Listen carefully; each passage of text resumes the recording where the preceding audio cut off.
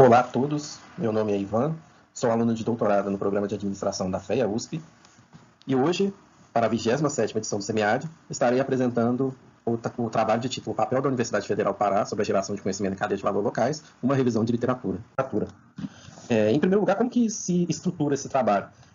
O primeiro ponto que foi colocado em destaque é a evolução institucional. As universidades, com o passar dos anos, especialmente em meados ali do século XX, ela deixou de ter apenas o papel de formar pessoas, mas também de contribuir com o desenvolvimento tecnológico, econômico e social a partir da pesquisa e de outras iniciativas que são desenvolvidas em conjunto com a sociedade e as organizações. Então, como que isso se atrela às cadeias de valor? As cadeias de valor, elas são atividades que interligam fornecedores, processos produtivos de distribuição e que agregam valor ao cliente final. A composição dela, por ser feita de diversos atores, né, e que estão numa rede interconectada de interesses, elas surgem como um ponto interessante de pesquisa para as próprias universidades, tanto para a geração de conhecimento sobre essas dinâmicas, quanto também para contribuir com o desenvolvimento delas. Então, nesse sentido, a gente pensa no seguinte problema: como as universidades, por meio da geração de conhecimento, influenciam as cadeias de valor locais. Então, a gente aqui na revisão de literatura, a gente dividiu em dois eixos. Primeiro, uma definição breve de cadeia de valor. As cadeias de valor, essencialmente, são ferramentas que são utilizadas para entender e otimizar os processos organizacionais. Então, as cadeias de valor elas estão pensando desde a concepção do produto até o seu uso final, quando chega ao cliente.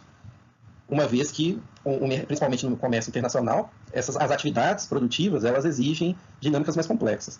Dessa forma, a gente pode dizer que ela se assemelha muito às cadeias de suprimentos, né, também conhecidas em inglês como supply chains. Mas qual é a essencial diferença?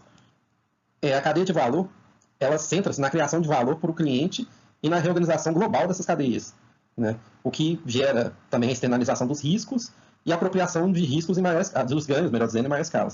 E a cadeia do suprimento, ela prioriza essencialmente a otimização e a eficiência da produção a partir da interligação dos fornecedores e dos produtores. Então, não há necessariamente uma ênfase na geração de valor. As cadeias de valor, segundo aqui Sais e Feitosa, elas podem ser analisadas em 3 níveis. O primeiro, o nível macro, que é o nível da regulamentação, ou seja, das leis propostas pelos estados. O nível micro, que é a coordenação dos arranjos produtivos específicos e também dos atores que compõem esses arranjos. Além disso, o nível meso, que ele estabelece uma ponte entre o nível macro e micro, né, pois ele propõe uma coordenação entre as demandas de cada um desses demais níveis. Além da própria importância de se analisar territorialmente, né, como que os efeitos dessas cadeias elas atingem tanto a economia quanto o desenvolvimento territorial. E quando coloca o desenvolvimento territorial, vai além das próprias atividades desenvolvidas ali, mas também no impacto que vai ter no meio ambiente, nos povos, nos grupos que vivem naquelas regiões, onde estão as presentes cadeias. O próximo passo é a gente pensar justamente na função da universidade. A função da universidade na contemporaneidade, ela visa principalmente formar pesquisadores que vão atuar tanto com a pesquisa pública quanto a pesquisa privada, né, sempre focado no desenvolvimento. Dessa forma, o conhecimento científico ele se abrangeu e as universidades também seguiram esse caminho. Então, hoje, as universidades elas têm um papel fundamental para se pensar o desenvolvimento econômico, o progresso social, né, e necessita também de uma maior aproximação tanto com a sociedade quanto o mercado para entender as demandas, né, de cada um desses setores, né, que no caso aqui a gente pode colocar que a universidade atua quase como um nível meso institucional, né, nessa relação. Também com grande foco, né, na geração de conhecimento e nas soluções para os problemas sociais a partir da compreensão dessas demandas e para a geração de parcerias voltadas à inovação, né, visto que a aproximação com a sociedade civil e com o mercado ela promove essas possibilidades. A metodologia, né, a gente fez aqui uma revisão de literatura, né, no caso uma revisão sistemática, para ser um processo estruturado que minimiza os vieses, né? Então a gente consegue organizar melhor aquilo que a gente está buscando em vista dos objetivos. As fontes de pesquisa, né? Primeiro, a base de tese e dissertações da Universidade Federal do Pará e o Google Scholar, né? Por ser uma base de dados de mais fácil assimilação. Os critérios de seleção foram, né, definir os artigos publicados em português e foram utilizados os termos cadeia de valor e Pará. E para o Google Scholar nós também colocamos o termo Universidade Federal do Pará para justamente ver outros textos publicados por pesquisadores da universidade. A avaliação de qualidade dos artigos, essencialmente, foi feita a partir da análise do Qualis da CAPES, porque, diferentemente do Scopus e do Web of Science, que já são bases que já direcionam a revistas, né, artigos publicados em revistas bem qualificadas, o Google Scholar não dá essa possibilidade. Então, foi feita uma vista de todos os artigos coletados e também da qualidade das revistas, né? Sempre priorizando aquelas de Qualis A1. E os tipos de materiais são artigos, teses, dissertações, livros e capítulos de livros.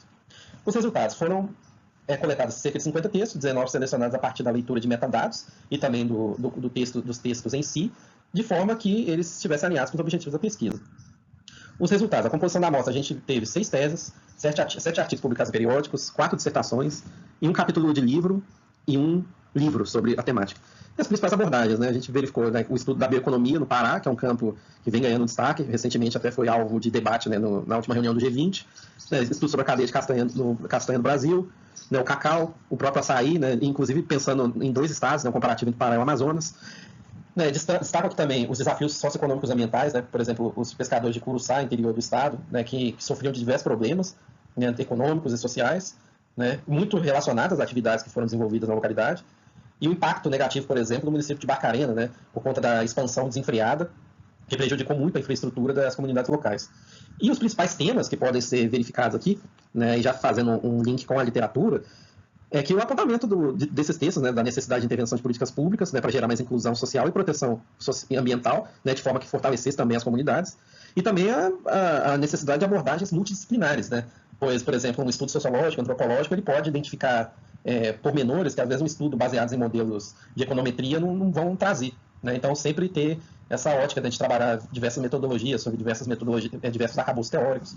Né? Isso aí foi um apontamento muito importante. Então, quando a gente pensa até no papel da universidade, né, que a literatura aponta, e também nas cadeias de valor, a gente pode colocar que a Universidade Federal do Pará ela promove discussões abrangentes, né, sobre as cadeias de valor locais, principalmente no sentido da promoção de políticas públicas, né, para se trabalhar essas questões, especialmente o fortalecimento das comunidades tradicionais. Na conclusão, né, a gente vê que há uma análise multidimensional, pensando tanto nas dinâmicas comerciais e cadeias produtivas, quanto na percepção das próprias comunidades e os desafios que elas enfrentam.